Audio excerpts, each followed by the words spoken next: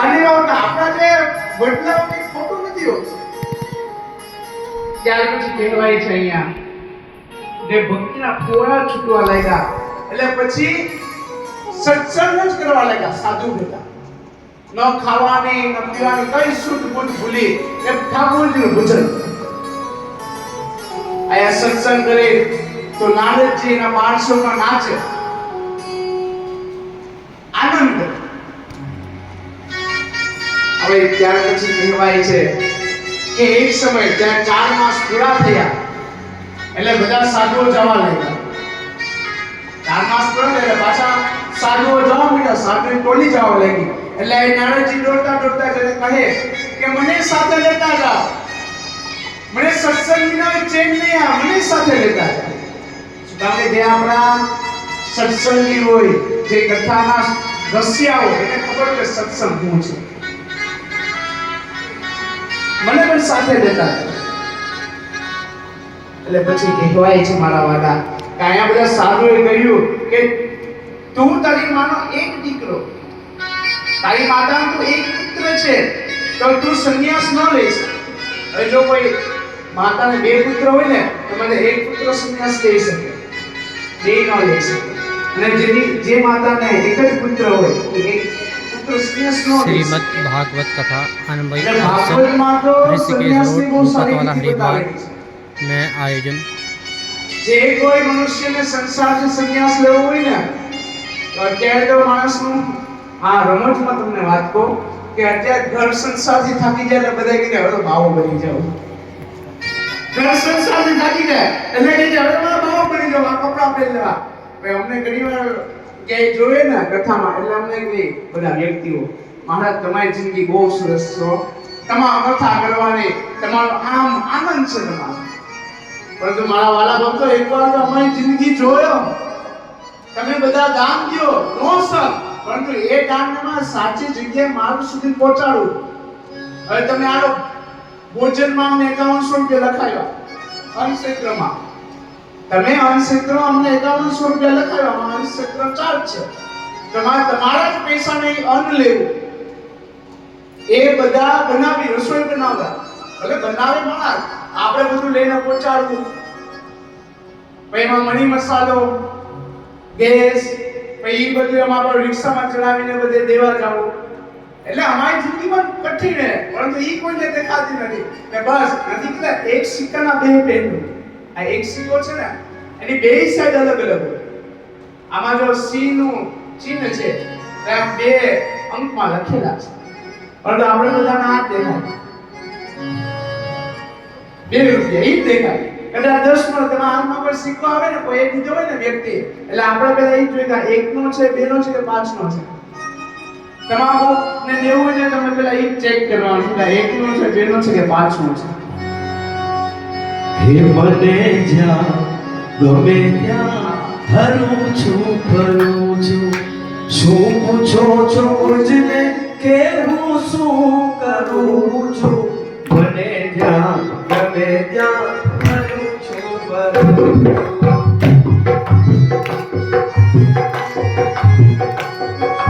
કરે કોઈ આંખો ઉડાઈ જતાવું,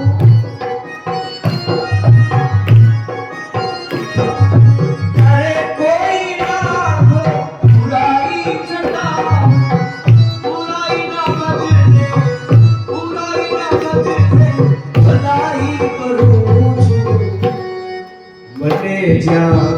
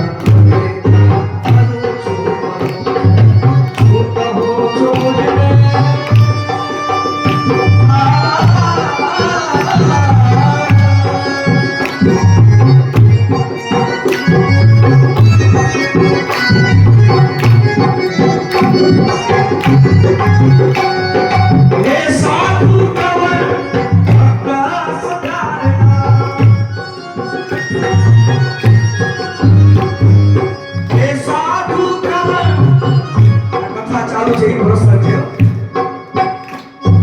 ત્યારે નારદજીને સંતો કહે છે એ સાધુ કવલ ભક્ત સકારના અવિજ્ઞાનીઓને ગુરુ જ્ઞાનીઓને સર્વે પડો મને જ્યાં ગમે ત્યાં છો પૂછો છો મુજને કે હું શું કરું મને જ્યાં ગમે ત્યાં હરિદ્વારમાં ફરું છું. ત્યાર પછી કહેવાય છે મારા વાલા ભક્તો કે નારદજી કહેવા લાગ્યા કે મને પણ લેતા જાઓ, સાથે લેતા જાઓ. એટલે ભાઈ સંતે બહુ સમજાવ્યું કે તું અમારી સાથે ન આવી શકતા હતા. એટલે ત્યાર પછી આ નારદજી કહે છે કે હું એવું જગતમાં પહેલો સંતાન છું કે મારી માના દેહને શાંત થવાની રાહ જોઉં છું. કે આપણા બધાની ઈચ્છા શું હોય? એટલે વૃદ્ધ હોય તો અમારી માં બેઠી તો અમને આનંદ છે. ઘરમાં એક વડીલ હોય ને એ છાયા છે. પરંતુ હું પહેલી એવી સંતાન છું કે હું મારી માના દેહ શાંત થવાની રાહ જોઉં છું. પછી કહેવાય છે થોડાક દિવસોમાં આયા નારદજી સત્સંગ કરે, ભજન કરે અને આયા તેમની માં ગાયને ચારો નાખવા જાય છે. ગાયને ચારો નાખતા નાખતા એક સર્પ ઉપર પગ પડી ગયો અને સર્પ દંશના કારણે તેમની માતાનો દેહ શાંત થયો. જેવો તે શાંત થયો એટલે નારાયણજીએ બધી જ વિધિ કરી, ગયામાં શ્રાદ્ધ કર્યું અને ત્યાર પછી મારા વાલા ભક્તો નારદજી ભગવાનનું ભજન કરવા લાગ્યા, ભગવાનનું તપ કરવા લાગ્યા. અને જ્યારે ભજન ને તપનું ફળ પાકી ગયું એટલે આકાશવાણી થઈ કે નારદ તનો આ જન્મમાં તો નહીં પરંતુ આવતો જન્મમાં તને હું મારા હૃદયની પાસે રાખી. એટલે મારો બીજો જન્મ બ્રહ્માજીના માણસ પુત્ર તરીકે છે. બોલે નારદ મુનિજી કી જય. હવે અહીંયા એવું છે કે આપણે વધુ પૂરતા આ શું કહેવાય સિરિયલમાં વધુ પૂરતા એવા નારદજીનો બરાબર કિરદાર બતાવેલો છે, બરાબર રીતના બધું બતાવેલું છે. નકર તો વધુ પૂરતી જગ્યાએ નારદજીને બહુ ખરાબ રીતના બધાની સામે પ્રસ્તુત કરેલા છે કે આઈની વાત આઈ કરે, આઈની વાત આઈ કરે. ઈ નારદજી નહીં. નારદજી તો ઈ કે જેને તપ કર્યું, નારદજી તો ઈ કે જેને બધી મોહમાયા મૂકી દીધી. નકર વિચારો આપણે કેટલા વર્ષના હતી. એક વસ્તુ છે ઘણા આપણે આપણી વાત ન કરીએ, આ ફૂલ છે માત્ર. હવે આના ભાગ્ય કે આ ઝાડવેથી લઈને ડાયરેક્ટ કોઠીજી ઉપર આવી. આના ભાગ્ય નકર આ જ ભૂલ આ કોકની અંતિમ યાત્રામાં પણ જઈ શકે.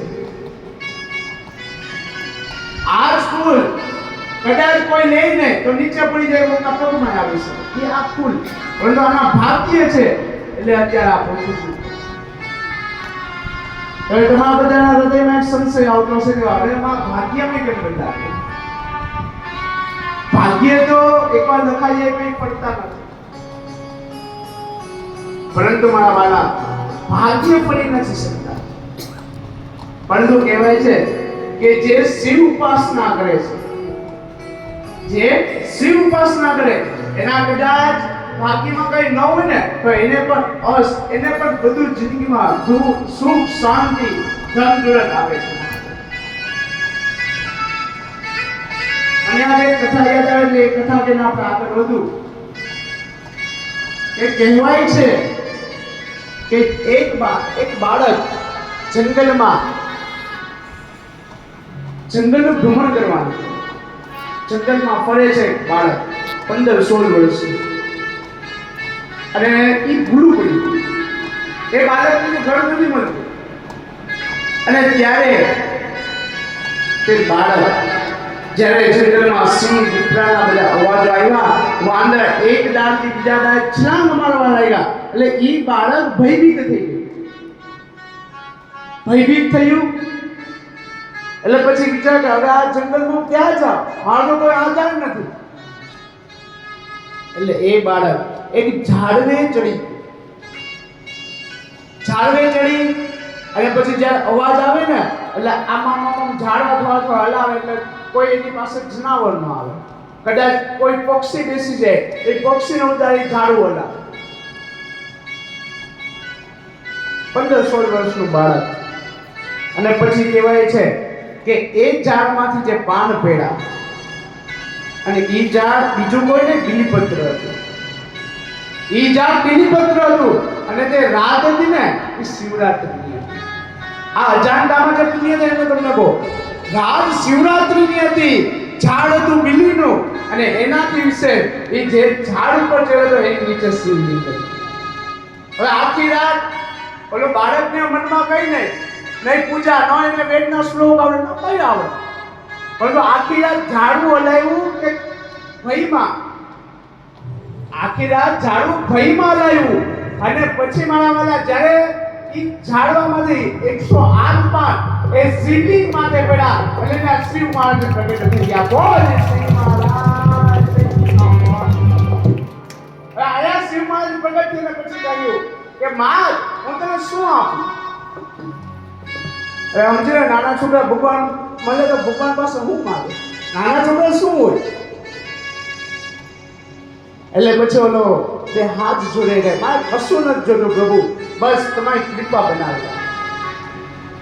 હવે તમે વિચારો, ન મંત્ર આવડે એને,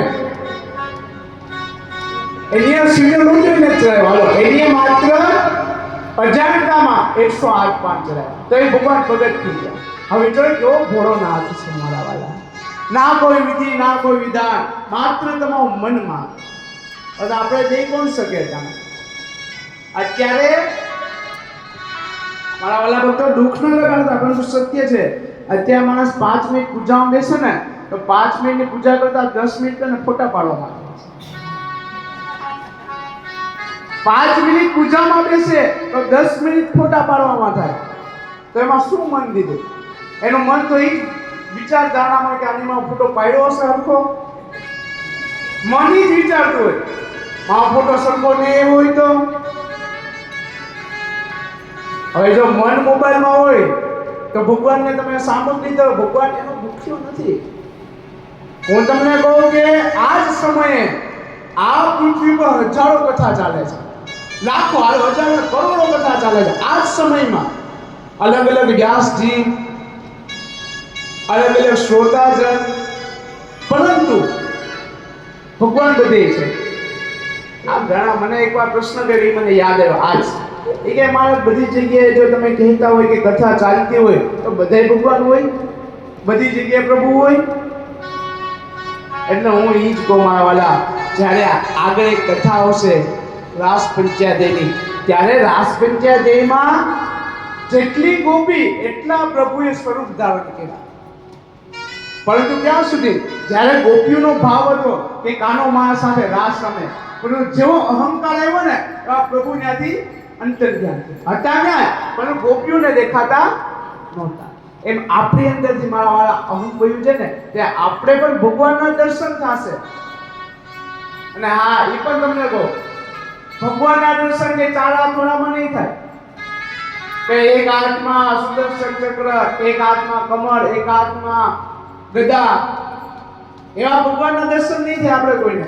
ને કદાચ જો ભગવાન દઈ દીધા આ નેત્રો આપણી સહન ન કરી શકે. કદાચ પ્રભુ આપણે એ દર્શન દઈ દે તો આપણા નેત્રો સહન ન કરી શકે. કારણ કે ભગવાનનું હે આપો દ્રષ્ટિમાં તેજ અનોખું, સારી સૃષ્ટિમાં શિવ રૂપ દેખો.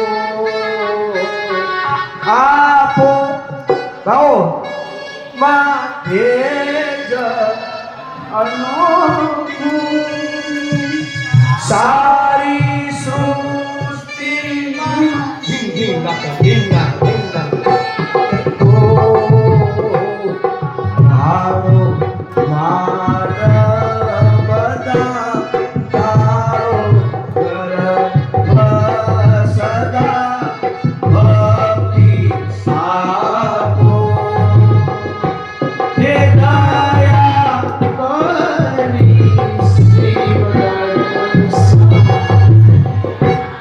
એટલે આપણે અત્યારે ઓલી એલઈડી લાઈટ આવી ખબર, ઈ કદાચ આપણે આંખમાં પડે તો આપણે આંખમાં અંદર આવી જાય એવી એલઈડી લાઈટ આવે છે. હમણાં જ અમે જ્યારે જઈ રહ્યા હતા ને પપ્પુભાઈ, આપણા અમે તમારા ઘરે જ આવતા ગોકુલનગર, હવે ત્યાં ઇલેક્ટ્રોનિક્સની દુકાન છે, નવી જ હમણાં કંઈક ઉદ્ઘાટન થયું. એની લાઈટો એવી છે ને કે તમે આઈફોન જેવી એવી લાઈટો. હવે મારા વાલા ભક્તો, એક લાઈટ આપણી આંખો અંજવી લેતી હોય તો ઓલા 100 સૂર્ય સમાન જેટલું તેજ છે પ્રભુની અંદર. લાઈટ એને કદાચ તમે આ બહાર નીકળી સૂર્યના આંખ સામું જોવો ને તો આપણે જોઈ ન શકીએ. એક ક્ષણ, બે ક્ષણ, ત્રીજી ક્ષણ આપણે જોઈ ન શકીએ. હવે પ્રભુ જેવા 100 સૂર્ય સમાન જેવું તેજ છે.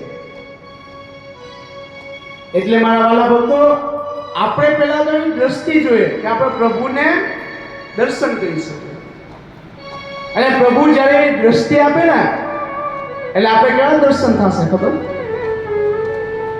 કદાચ તમને મારામાં ભગવાન દેખાય, આમાં પપ્પુભાઈમાં ભગવાન દેખાય, હર જગ્યામાં, હરેક જીવમાં તમને શિવ દેખાય.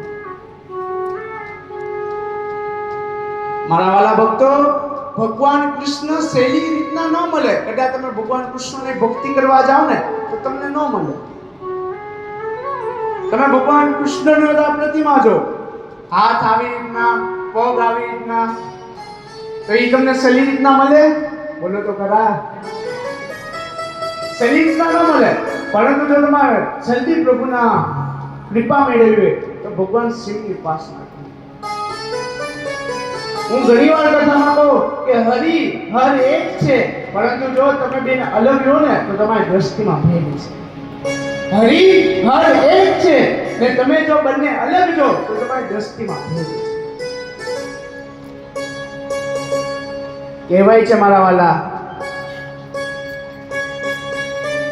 કે ત્યાર પછી આયા સોનકાદી ઋષિ સુતજીને કહે છે કે ભાગવતનું નિર્માણ તો બહુ, નારદજીની કથા કીધી એટલે પછી કહેવામાં આવે છે કે સુતજીને આયા વ્યાસજીને એવી ઈચ્છા પ્રગટ થઈ કે હવે હું ભગવાનની કથા લખું. વ્યાસજીને એવી ઈચ્છા થઈ અને પછી વ્યાસજીએ ભગવાન વિષ્ણુના નાભિ કમળમાંથી બ્રહ્માજીના 4 શ્લોક, ચતુર્શ્લોકી ભાગવત કહેવાય. એ ચતુર્શ્લોકી ભાગવત નારદજીને આપ્યું, નારદજીએ વેદવ્યાસજીને આપ્યું ને 4 શ્લોકમાંથી 18,000 શ્લોક થઈ ગયા. અને પછી ભાગવતનું નિર્માણ. જેવું ભાગવતનું નિર્માણ કર્યું એવું એને તૃપ્તિ મળી કે હવે મારે બીજું કંઈ લખવું જ નથી. કદાચ હવે કોઈ બીજો ગ્રંથ લખું અને મને પાછી અશાંતિ મળી જાય તો એટલે ત્યાં એને એની કલમને તોડી નાખી. એના પછી કઈ વેદવ્યાસજીએ લખ્યું જ નથી મારા વાલા. છેલ્લો ગ્રંથ એને ભાગવત લખીને એને તૃપ્તિ મળી. આપણું પણ એવું જ છે. જો એક ચિત્તે આપણે ભાગવતમાં બેસી જઈએ તો આપણે તૃપ્તિ મળી જાય. હું તો એ વાત કહું, જે મંગલાચરણ ધ્યાનથી સાંભળી લઈને એટલે મન છે ને તમારા ભગવાનમાં લીન થઈ જાય. મંગલાચરણ સાંભળે એટલે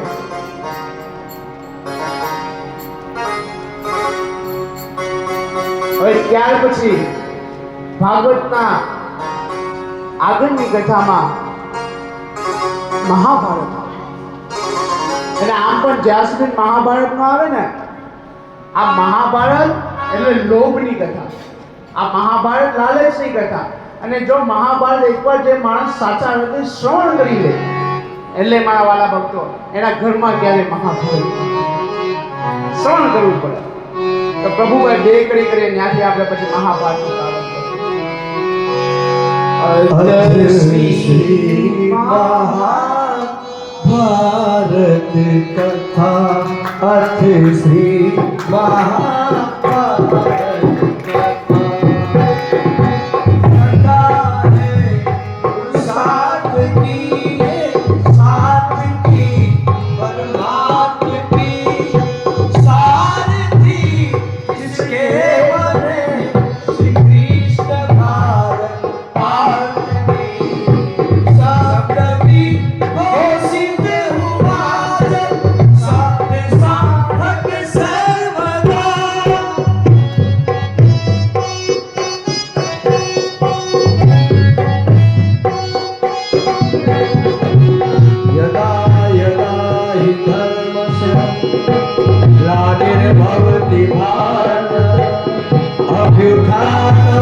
धर्मस्य रामानं सृजाम्यहं परित्राणाय साधूनां विनाशाय च दुष्कृतां धर्म संस्थापनार्थाय संभवामि युगे युगे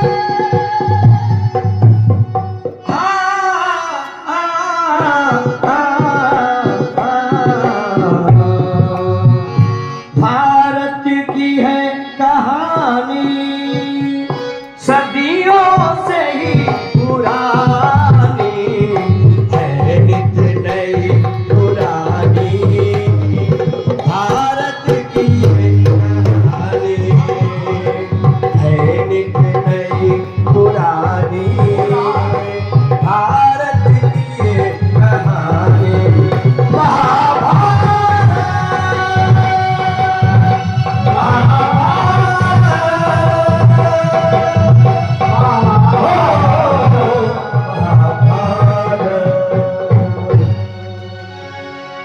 क्या होगा परिणाम सोच समझ कर कीजिए जीवन में વાલા ભક્તો આપણે જ્યારે પ્રસન્ન હોય કોઈથી એટલે એને કોઈ વચન ન દઈ દેવું અને ક્રોધમાં હોય ત્યારે આપણે કોઈ કટુ વચન ન જેવો આપણો ક્રોધ શાંત આપણું હૃદય એવું છે એટલે બહુ જો પ્રસન્ન કામ હોય તો કોઈને વચન ન દઈ દેવું કે તારા માટે આમ કરી નાખશું આ કામ થઈ જશે હવે જો તમે વચનનું પાલન અને કૌરવો વચ્ચે જુગાર રમાડો એમાં પાંડુ હારી ગઈ અને પછી એને વનવાસ થયો અને 1 વર્ષનો ગુપ્તવાસ એટલે પાંડવોનો વનવાસ પૂરો થયો ગુપ્તવાસ પૂરો થયો એટલે પછી પહેલા દ્વારકા